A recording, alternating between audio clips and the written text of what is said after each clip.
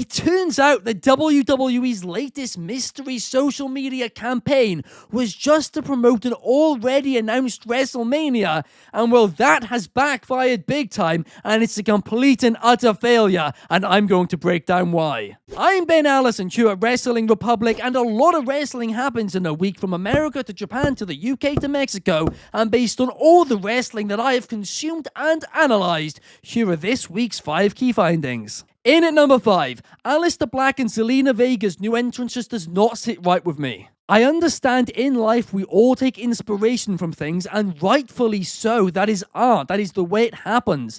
But the fact that they have taken inspiration, have pretty much just copied Karrion Kross and Scarlett Bordeaux's entrance just a couple of months after they left the company, that just doesn't seem right. It feels like WWE just took what was working with them and gave it to another act as soon as they left. And don't get me wrong, I actually prefer Black and Zelina over Kross and Scarlett if I'm being honest, but that isn't what this is about. Because my point is, this sets a really bad precedent, and it kind of just feels dirty. As let's say, for example, WWE could now go up to LA Knight in contract negotiations and say, look, if you don't accept this lower offer, well, we'll just give what works for you to somebody else. And that just simply is not fair to performers. And yes, this isn't the first time we've seen it. I mean, most notably, we had the fake Diesel and fake Razor Ramon back in the day, but those were kind of, well, a little bit more tongue-in-cheek. This is straight up copying, and it is the first time we have seen it in quite some time. I mean, Zelina Vega was even doing Scarlett's pose.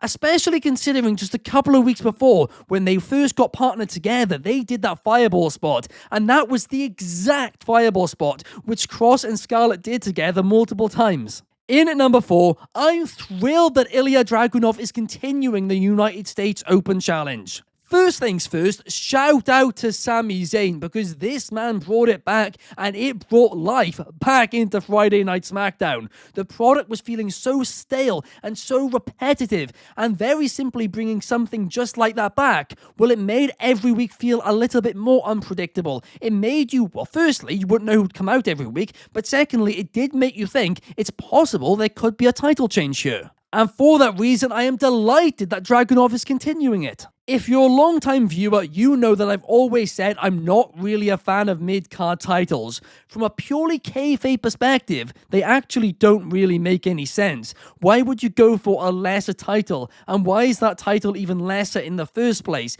It's kinda senseless. But the only time when I am a fan of it is when the title has a stipulation, such as maybe a no DQ stipulation, or maybe like in Ring of Honor where they have the pure championship.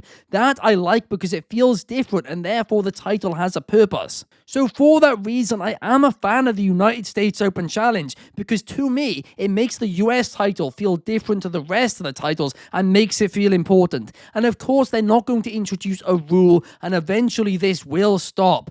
But selfishly, I really hope it continues long term. Plus, we just get bangers every week, and who's going to actually complain about that? Now, before we get into my top 3 key findings, please do me 3 really quick favors. Subscribe, then hit that notification bell, and that one's really, really important.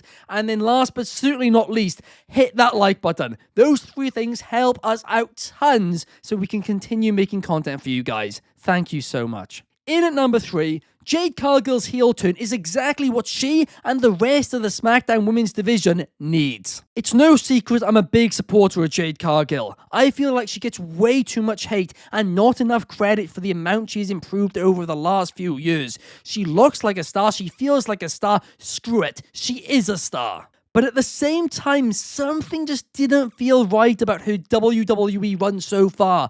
Almost like she was holding back something. And that something, I think, is this heel run. Because she looks like a heel, she talks like a heel, she acts like a heel. So for her now to be a heel, a dominant heel, I'm really excited for this. And to be clear, I don't mean a dirty Dominic Mysterio type heel. I'm talking about a Brock Lesnar 2017 heel. Just completely dominant, doesn't cheat, but just tears through the division, doesn't care for the fans, doesn't care for the performers, just cares about herself in kayfabe.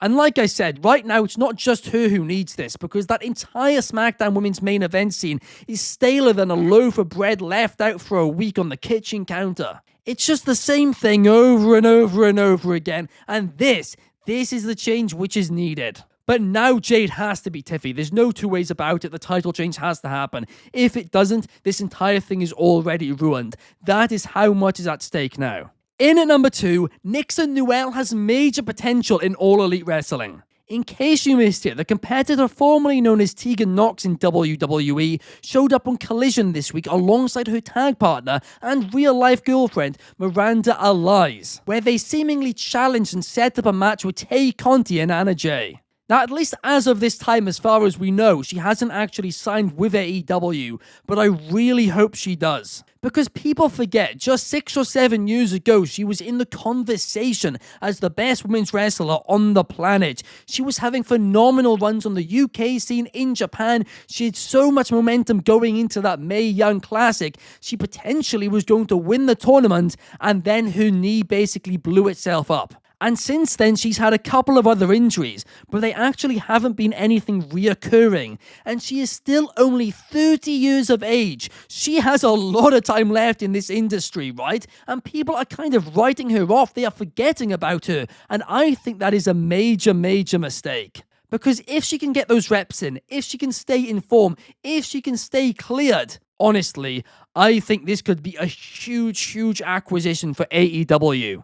I'm excited for it, and it's not only because she's also Welsh and also from nearby where I live. And in at number 1, WWE's social media WrestleMania marketing campaign was a complete and utter failure, and I'm going to explain why. In simple terms, it targeted the wrong audience, because the aim of this campaign was to generate buzz, to get theories going around before eventually revealing it's all leading to a big promotion for WrestleMania. However, they posted these videos, these teasers, to their social media accounts. And who follows their social media accounts? The internet wrestling community, the IWC. And every single member of the IWC knows that WrestleMania 42 is happening in 2026 in Las Vegas. Why do they know that? Because it's already been announced and tickets are already on sale. So nobody found out about WrestleMania from this campaign, but what it did do was make the IWC speculate and get really excited for this week's Raw to see what it could possibly be,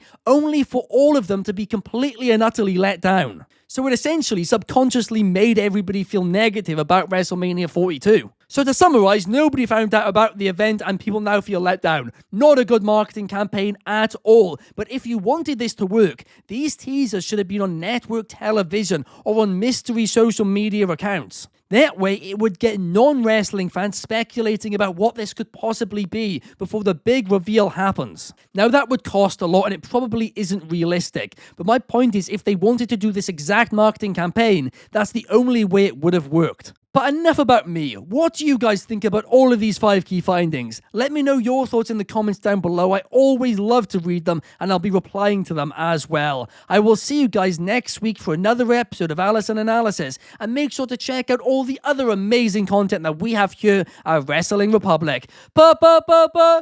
Peace!